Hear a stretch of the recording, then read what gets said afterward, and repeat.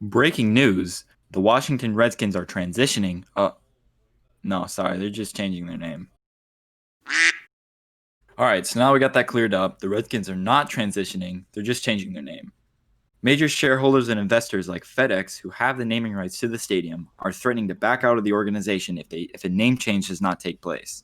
So I think instead of changing the name, we should just get rid of the whole franchise. Like, who would really care if the Redskins left? There's a lot of teams like this, like the Blackhawks in hockey, the Indians in baseball. Like, there's many names that need to be changed that sort of discriminate against Native Americans. So all jokes aside, I think this is long overdue.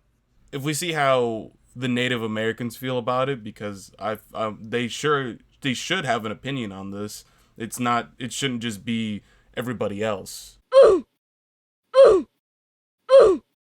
It's a good thing that it's changing because out of all the names that you stated, that was most derogatory. Redskins, Blackhawks, Indians.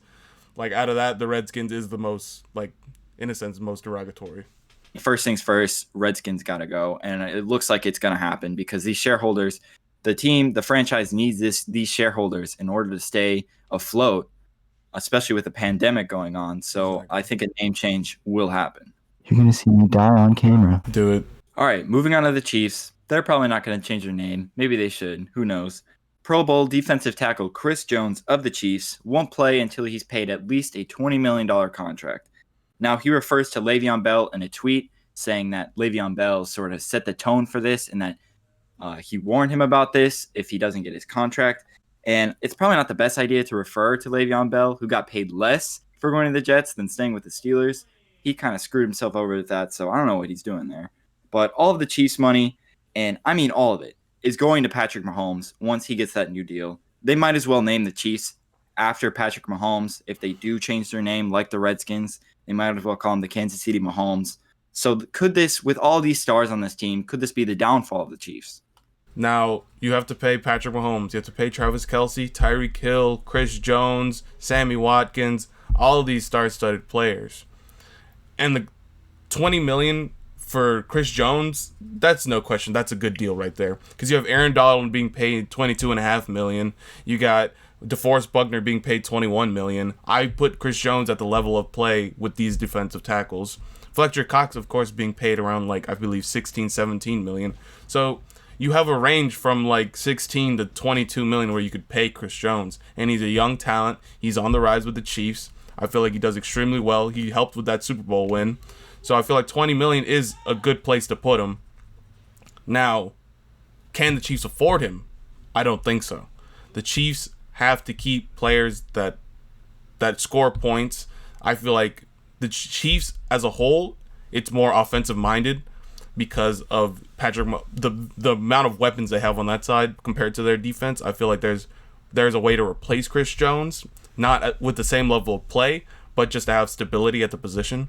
You have, like I said, you're going to be paying Patrick Mahomes. That's a done deal. Probably 40, 45 million a year, easily. So you have that. You have Tyreek Hill, who's going to demand money. You have Travis Kelsey, who I'm pretty sure is on a contract, but needs to be paid. You have a rookie who was on a rookie deal. He's first rounder, not being paid as much, but still getting made a couple millions. So they're not going to be able to afford Chris Jones. Chris Jones won't be in Kansas City for long.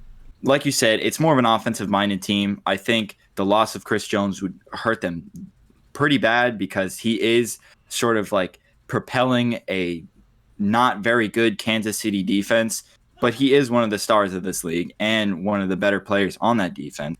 So, like I said, first thing you should do is pay Patrick Mahomes and then pay those offensive stars. So Chris Jones may be the last thing on the list for the Chiefs is paying a defensive player when they have all these offensive stars that they have to look out for. What?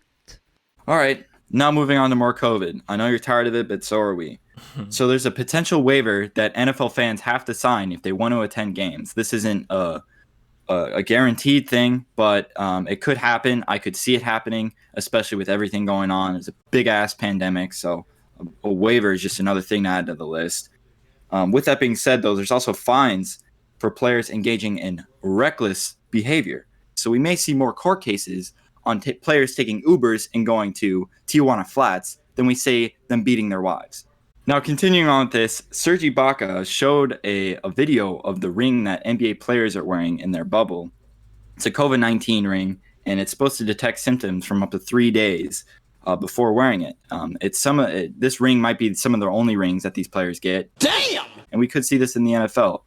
So, what do you think about these rings, Xavier? I've said this every single time, and I'll continue to say it until it's over. Player safety is number one, regardless of how you look at it. If you look at the NBA, there are players who are being allowed to not play the season or play the rest of the season out because of the pandemic.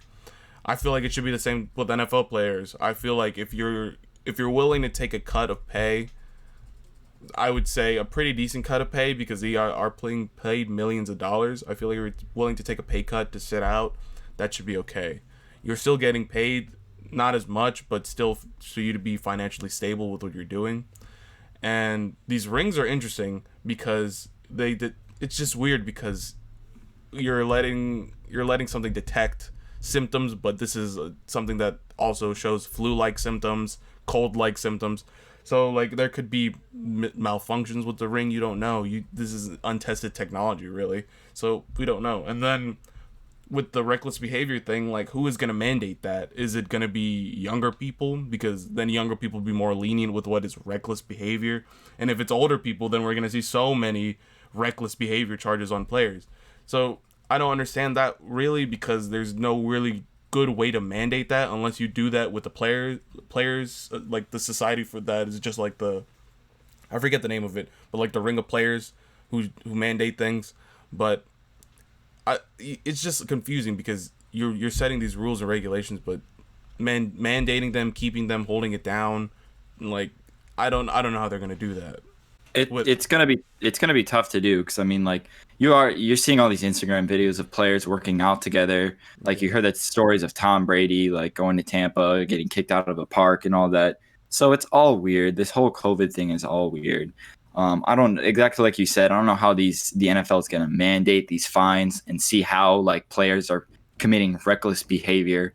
So it's weird. It's all weird. The ring is weird. The fines are weird. The waiver could be weird. I don't know. COVID's weird. Goodbye.